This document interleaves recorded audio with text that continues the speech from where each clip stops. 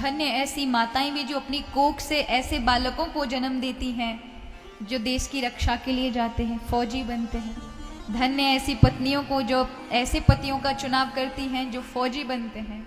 हम तो यहाँ आनंद के साथ बैठे रहते हैं, कथा भागवत सुन रहे होते, सत्संग पूजा पाठ, अपने बालकों के उन आनंदों में मस्त होते हैं, लेकिन वो अपने घर से अपने बेटे को, अपने पति को वहां भेजती हैं जिससे हम लोग सुख और चैन से सो सकें।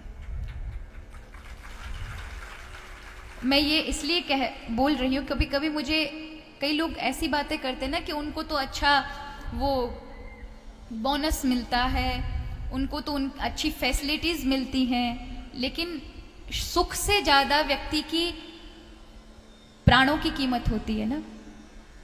कोई व्यक्ति अपने परिवार से अलग हो जाए, वो सुख नहीं होता। सुख वो है कि भले उसे छोटा और थोड़ा मिले, लेकिन परिवार के बीच में वो अपने माता पिता, अपनी पत्नी, उन सब के बीच में अपने बच्चों को खिला सके।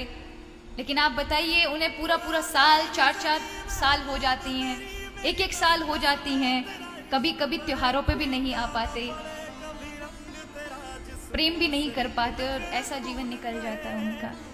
हमें गर्व करना चाहिए उनका, उनके परिवारों को सम्मान करना चाहिए कि इतना बड़ा त्याग किया। बेचारों को तो पता भी नहीं, ये उम्मीद भी होती है कि हे भगवान हमारा बेटे को कुशल हो। कई जगह ऐसे होते हैं जहाँ फोन सिस्टम नहीं होते, कॉल नहीं लग पाती घर वालों को, बड़ी पाबंदियां होती हैं, ऐसी जगह होती हैं। और आर्मी की तो रूल रेगुलेशन ही बहुत होते हैं कि यहाँ नहीं जाना, ऐसे लोगों से, अपरिचित लोगों से नहीं मिलना, यहाँ एसटीडी कॉल नहीं कर सकते तुम, कहीं हमारी कोई बात तो नहीं। तो उन पर बड़ी विशेष नजर रखी जाती है जो ज्यादा ऐसी जगह पर कार्य कर रहे होते हैं या तैनात होते हैं। तो एक बड़ा सुंदर सा वो था कि एक आर्मी वाला, एक फौजी भाई प्रतिदिन बैंक के एटीएम में जाता था और 100 रुपए निकालता था प्रतिदिन और चला जाता था। प्रतिदिन का काम था 100 रुपए डालना और 100 रुपए निकालना। एक दिन निकालता था 100 रुपए और दूसरे दिन उसी 100 रुपए को डाल देता था। एक दिन निकालता था 100 रुपए और उसी 100 रुपए को दूसरे दिन डाल देना। ये उसका डेली का कार्य था।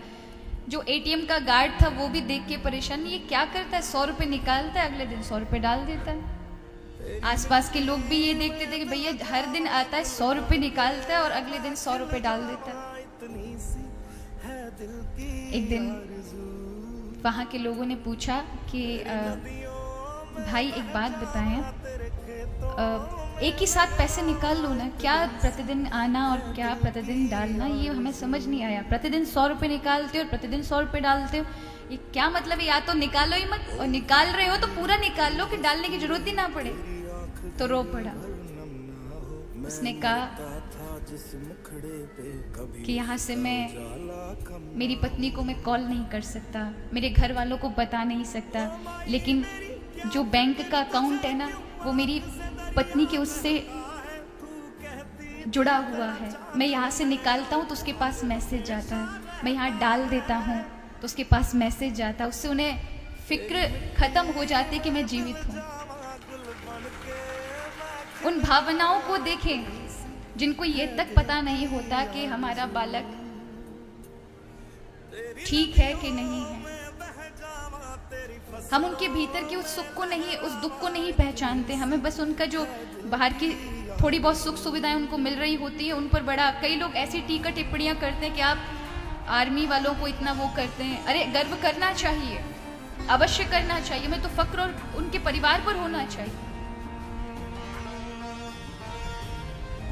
लेकिन कई बार लोगों को मैंने सुना ऐसा बोलते हुए कि क्या हुआ, अरे उनको इतनी फैसिलिटीज, क्या आपको दे दी जाए और आपको तैनात कर दिया जाए, जाओ वहां, तो एक अपने बच्चों को नहीं भेजेगा। कौन किसी अपने बालक को अपने से अलग करना चाहता है? सुख तो वाकई अपने परिवार के साथ रहने में, लेकिन उनके त्याग को बारंबार प्रणाम। इस व्यासपीठ से भी मेरा उनको हृदय से प्रणाम।